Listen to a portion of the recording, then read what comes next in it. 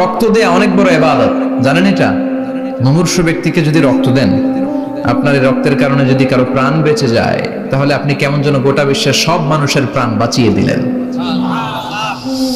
একজনকে বাঁচানো মানে সবাইকে বাঁচানো, একজনকে মারা মানে সবাইকে মারা। এজন্য বিশ্বনবী বললেন, আল ইনসান বুনিয়ানুম মারসুস, সব মানুষগুলো হলো আল্লাহর পক্ষ থেকে সীসা ঢালাই করা প্রাচীর। একজনকে নষ্ট করা মানে প্রাচীরটাকে ভেঙে দেয়া, ঠিক কিনা? তাহলে ঈমান আনতে হবে কার উপর? আর আল্লাহর সন্তুষ্টির জন্য সৎ কর্ম করতে হবে। তারপরে একে অপরকে ভালো কাজের জন্য পরামর্শ দেওয়ার দরকার আছে না নাই? হক আর সবর, আমরা হকের পক্ষে থাকবো, রাজি আছেন তো? আর আমরা সব সময় ধৈর্যশীল থাকবো, রাজি আছেন? ইন্নামাস সাবর ইনদা সাদামাতিল উলা, বিপদের প্রথম ধাক্কায় ধৈর্যটা ধারণ করতে হবে। অনেকে বিপদ আসলে পেরেশান হয়ে যায়, চিল্লা ফাল্লা শুরু করে দেয়, কান্না শুরু করে দেয়, বিলাপ করে। বেশিরভাগ মহিলারা এটা করে, ঠিক কিনা? বিষ্ণু বললেন, বিপদের প্রথম ধাক্কায় কেমন সবর করলা এটাই দেখার বিষয়। ইন্নামাস সাবর ইনদা সাদামাতিল উলা, বিপদের প্রথম ধাক্কায় যে সবর ধরতে পারে সেই আসল সবুর। সেই আসল কি? সবুর মানে ধৈর্য ধারণকারী। বিশ্বনবী দোয়া করতেন, আল্লাহ আপনি আমারে ধৈর্যশীল বানান। আল্লাহুম্মা জাআলনি সাবুরা ওয়াজআলনি শাকুরা, আপনি আমারে ধৈর্যশীল বানান, আপনি আমারে শুকরগুজার বানান। ওয়াজআল ফি আইনি সাগীরা ওয়া ফি আয়ুনিন নাসি কাবীরা, আমার চোখে আপনি আমারে ছোট বানান, মানুষের চোখে আমারে আপনি বড় বানান। পড়ে না আমিন? আমিন। আর জোরে পড়ে না আমিন? আমিন। চারটা ওয়াজ কাল থাকবে তো? আলামিন ভাইয়ের প্রথমে কি করতে হবে? ঈমান।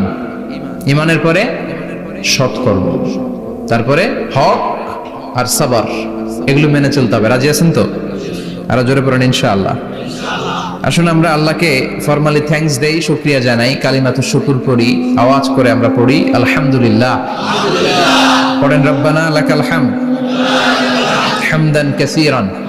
ইনসান বুনিয়ানুম মারসুস, সব মানুষগুলো হলো আল্লাহর পক্ষ থেকে সীসা ঢালাই করা প্রাচীর।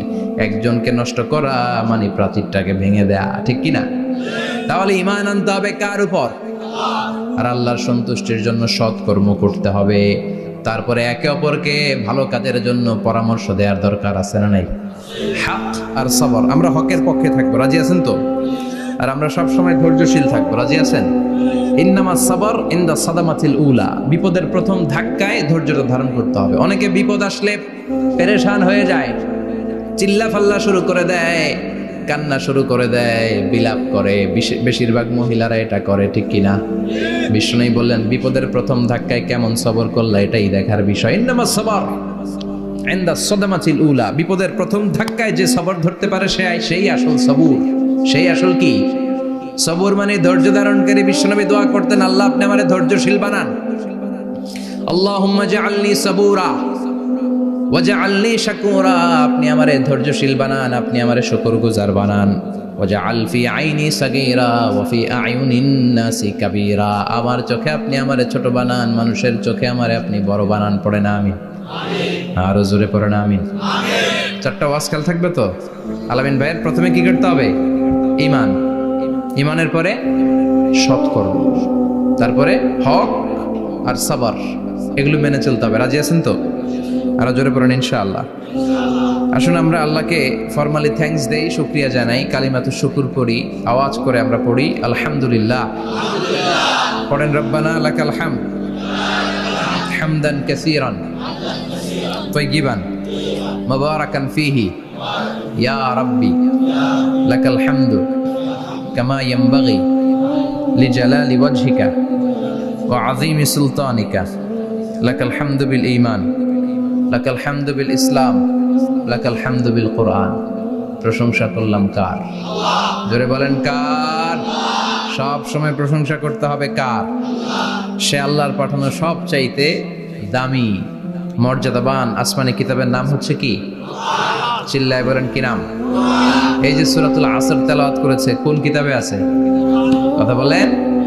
এই কোরআনটা হচ্ছে নূর, এই কোরআনটা হচ্ছে হিদায়াত, এই কোরআনটা হচ্ছে শিফা, এটা হচ্ছে আলো। এই কোরআন থেকে আলো নিয়ে নিজেদেরকে আলোকিত করতে হবে। কি করতে হবে? আলো। আলোর দরকার আছে না নাই? আলো ছাড়া কিছু দেখা যায়? এজন্য কোরআনকে আলো বানিয়ে পাঠালো কে? রব্বুল আলামিন বলেন কিতাবুন আনজালনাহু ইলাইকা লিতুখরিজান নাসা মিনাল যুলুমাতি ইলান নূর। ও নবী, একটা কিতাব পাঠালাম, যেই কিতাব অন্ধকার থেকে আপনাদেরকে আলোর দিকে নিয়ে যাবে। কোন দিকে নিবে? জোরে বলেন। আমরা আলোর পথের সৈনিক, আমরা জান্নাতে যেতে চাই। জান্নাতে যেতে হলে যে বইটা মানতে হবে, বইটার নাম কি? তাহলে কিতাবে আল্লাহ আলো দিলেন, আবার হেদায়েত দিলেন। আল্লাহ বললেন যালিকাল কিতাবু লা রাইবা ফীহি হুদাল লিল মুত্তাকিন। হুদাল লিল মুত্তাকিন, guide book to those who are মুত্তাকিন। তাহলে গাইড বুক পেলাম, আলো পেলাম, আবার এটার ভিতরে শেফা আছে। কি আছে? শেফা মানে সুস্থতা, শেফা মানে রেমেডি, শেফা মানে রিকভারি। আপনি অসুস্থ হলে সুস্থ করে কে? কোরআন পরে যদি ফু দেন সুস্থ বানায় দিবে কে? নাকি তাবিজের ভেতরে ঢুকায় ঝুলাইবেন? ঝুলানো যাবে? পড়তে হবে। কি করবেন? যে ঘরে সূরা বাকারা তেলাওয়াত করা হয় সেখান থেকে শয়তান দৌড়ে পালায়, নাকি যেই ঘরে বাকারা ঝুলিয়ে রাখা হয়? হ্যাঁ, পড়তে হবে। পরে ফু দেন, সুস্থ করবে কে? এই কিতাবের সর্বপ্রথম যে সূরাটা আল্লাহ দিলেন, ভূমিকা সূরা, এটার নাম হচ্ছে ফাতিহা। ফাতিহা মানে কি? ভূমিকা। এই সূরাটা দিয়ে আল্লাহ এই কোরআনটাকে খুললেন। পুরো কোরআনে যা আছে এই ফাতিহার 7 আয়াতের ভেতরে তা আছে। আবার এই 7 আয়াতের ব্যাখ্যা শুরু করে দিলে 30 পারা কোরআন হয়ে যায়। কোন সুবহানাল্লাহ। আবার আল্লাহ এটার নাম, বিশ্বনবী নাম দিলেন সূরাতুশ শিফা, শিফার সূরা। অসুস্থ ব্যক্তিকে সূরাতুল ফাতিহা পড়ে ফু দিলে সুস্থ করে দেয় কে? বুখারীর বর্ণনায় বিশ্বনবীর কিছু সাহাবারা মরুভূমিতে সফর করছিলেন। এক লোক অসুস্থ ছিল, কেউ কোনো জাদু মন্ত্র পড়ে ফু দিয়ে তাকে সুস্থ করতে পারছিল না। সাহাবারা বলল আমরা পারবো। সবাই বলল তোমরা বেদুইন, পারবা কেমনে? যাও মিয়া। সাহাবারা বলল আমাদের কাছে এমন জিনিস আছে, এটা পড়ে ফু দিলে অসুস্থরে সুস্থ করে কে? সবাই বলে তাইলে আসো, সুস্থ করো। সাহাবারা বলে তাহলে আমাদেরকে খাসি দিবা 100টা, এক পাল ছাগল দিবা, কতিফু গানাম। বিশ্বনবীর এক সাহাবী ওই সাপে দংশন করা লোকটার পাশে বসে সূরাতুল ফাতিহা পড়ে ফু দিতে দেরি মুহূর্তের মধ্যে অসুস্থ ব্যক্তিটারে সুস্থ করে দেয় কে? বিশ্বাস হয়? হ্যাঁ, বাবুল ইস্তিশফা বিল কোরআন, কোরআন দিয়ে শিফা নেওয়া। কি নেওয়া? শিফা। অসুস্থ হয়েছেন, সূরা ফাতিহা পড়েন, সূরা ইখলাস পড়েন।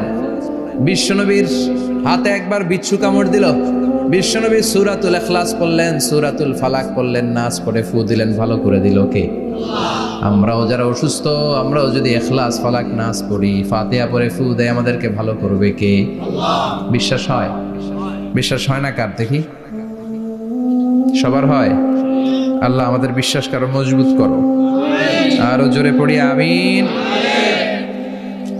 আসেন আমরা সরাসরি এবার তাফসিরের দিকে যাই। আমি ছোট্ট একটা সূরা তেলাওয়াত করেছি, 11টি আয়াত বিশিষ্ট। সূরাটার নাম সূরাতু আল কারিআ। কি নাম? সবাই বলেন, সবাই বলেন কি নাম? আল কারিআ। মাক্কি সূরা। কি সূরা? সবাই বলেন।